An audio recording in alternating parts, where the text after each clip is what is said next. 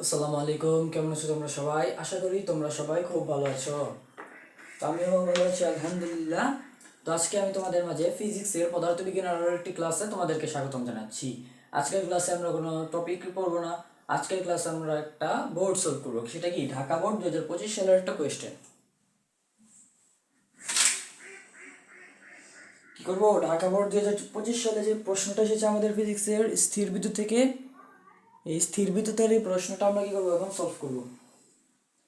তো বেশি কথা না বলে আমরা ডাইরেক্ট প্রশ্নে চলে যাব। তো প্রশ্নটা তোমরা এখানে দেখতেই পেতেছো। প্রশ্নটা দেখতে পারতেছো আমাদের চার্জ রিলেটেড আর কি, স্থির বিদ্যুৎ। আচ্ছা, প্রশ্নটা আগে দেখো। আমাদের উদ্দীপকে দুইটা চার্জ দেওয়া আছে।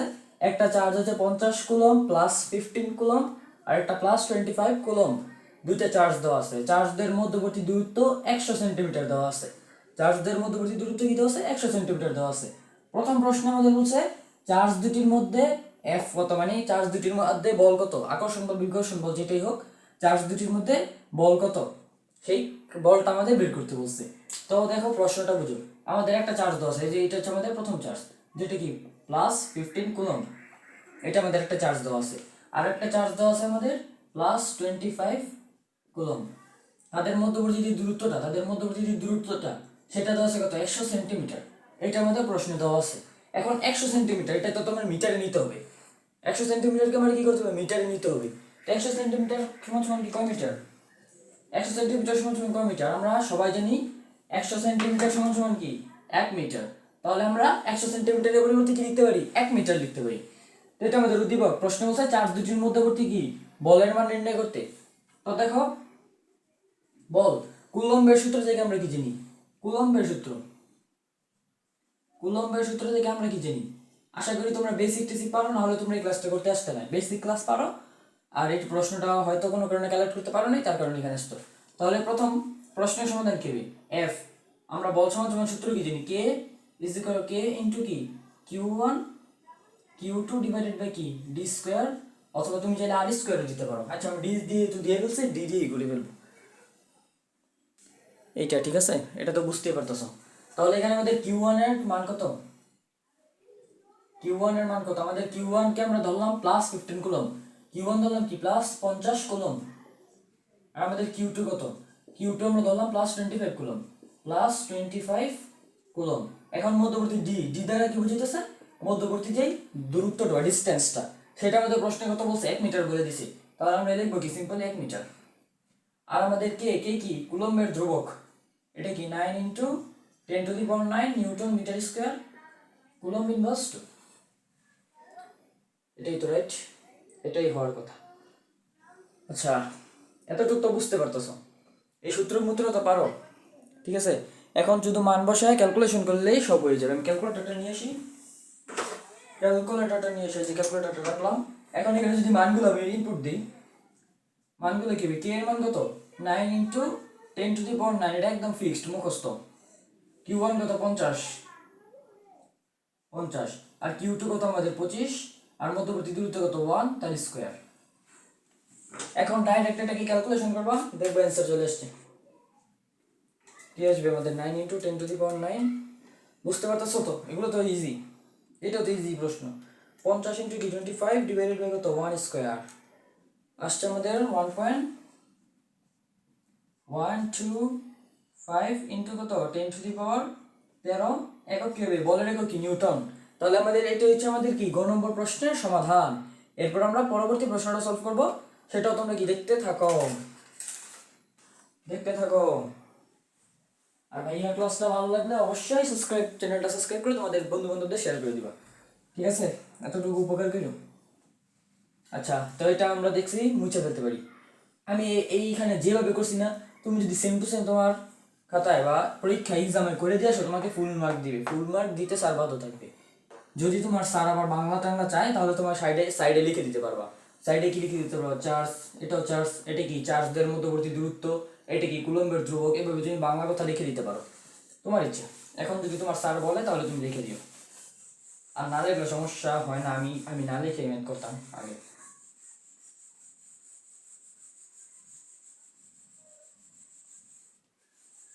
তো এবার আমরা পরবর্তী প্রশ্নটা কি করবো, সলভ করবো।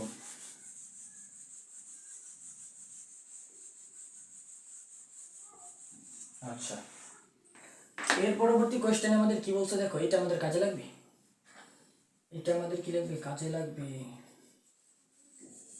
এটা আমাদের কাজে লাগবে। দাঁড়াও,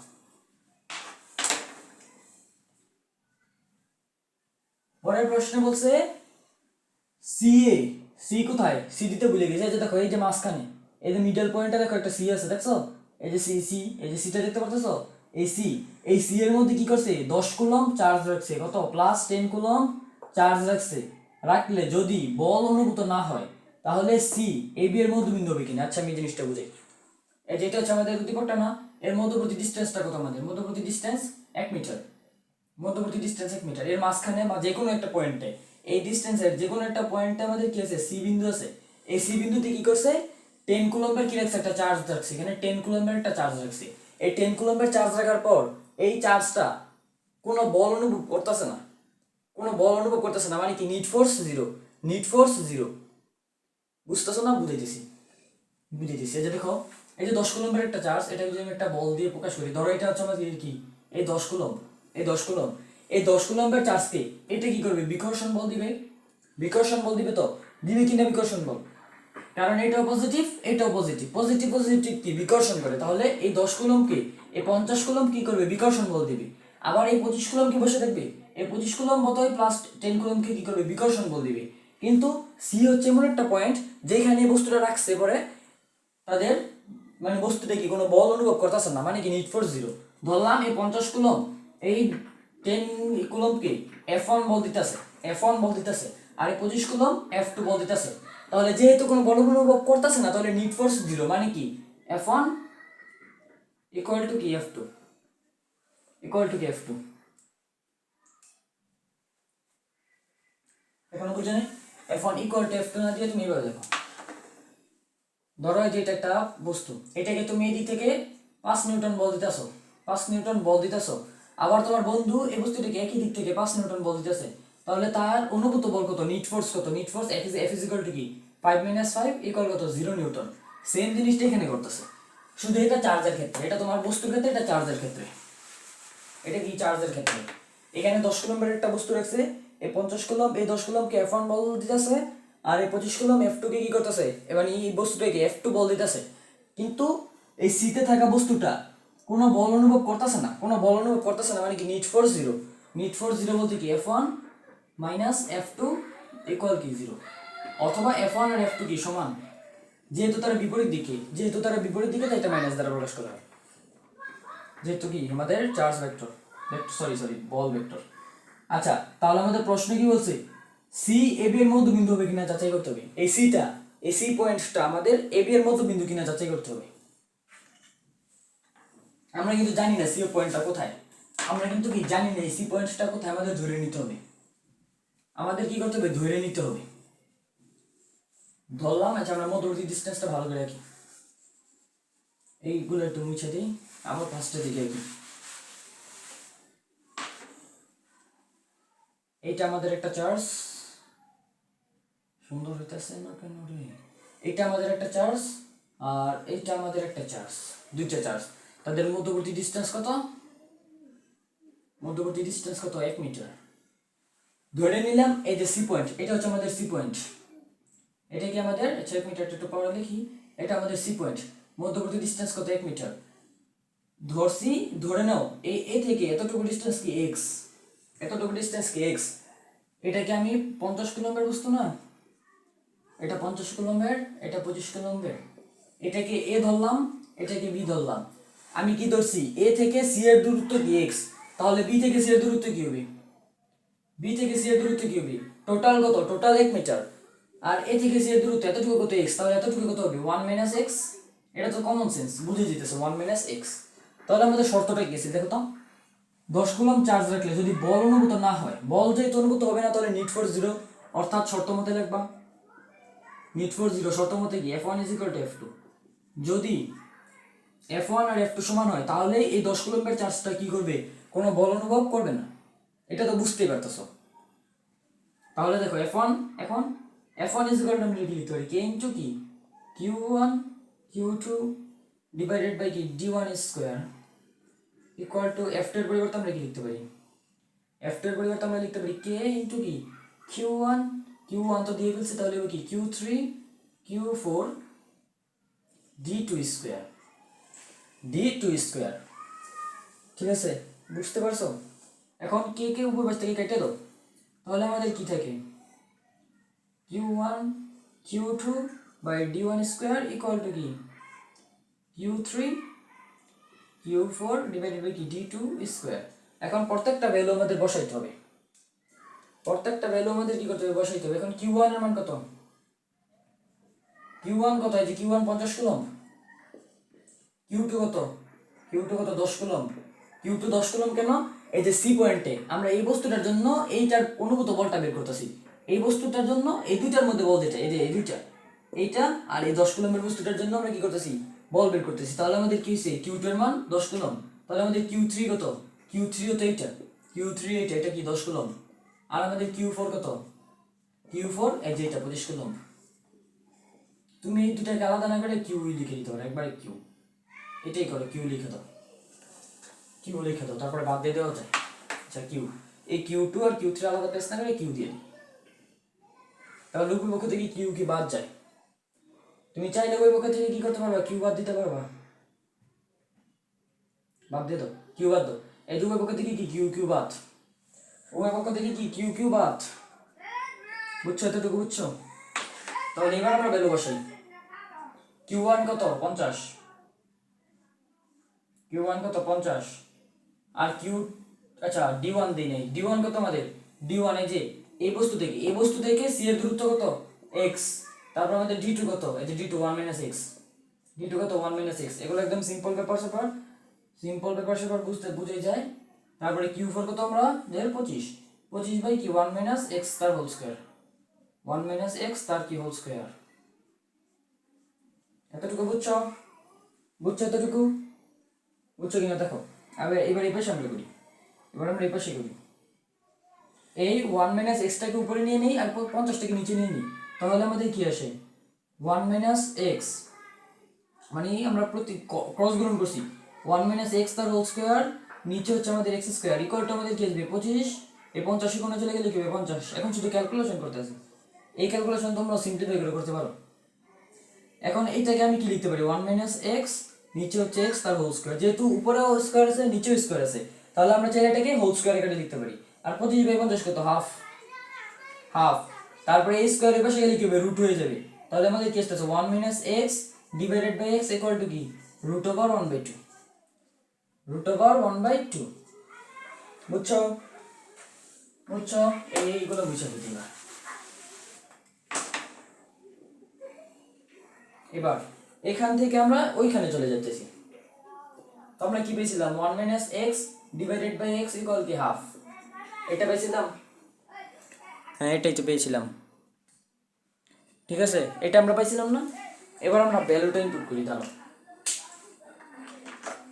এবার দেখো, এবার আমরা যদি কি ক্রস গুণন করে দিতে পারি, ক্রস গুণন করলে আমাদের কি হবে, ক্রস গুণন করলে এই দুইটার সাথে গুণ হয়ে যাবে, কি হবে 2 - 2x ইকুয়াল টু কি x হয়ে যাবে আমাদের। তারপরের লাইনে আমরা x টাকে এই পাশে আনলে কি, এই x টাকে এই পাশে আনলে কি হবে x,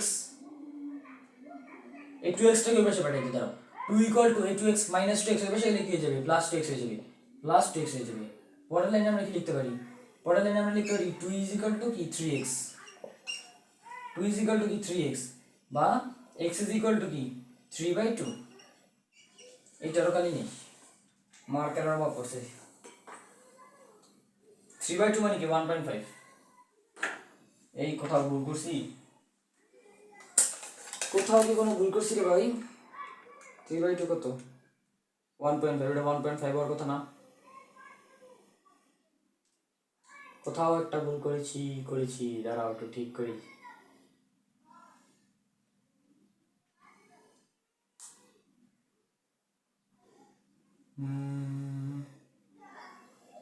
এই যে পেয়ে গেছি।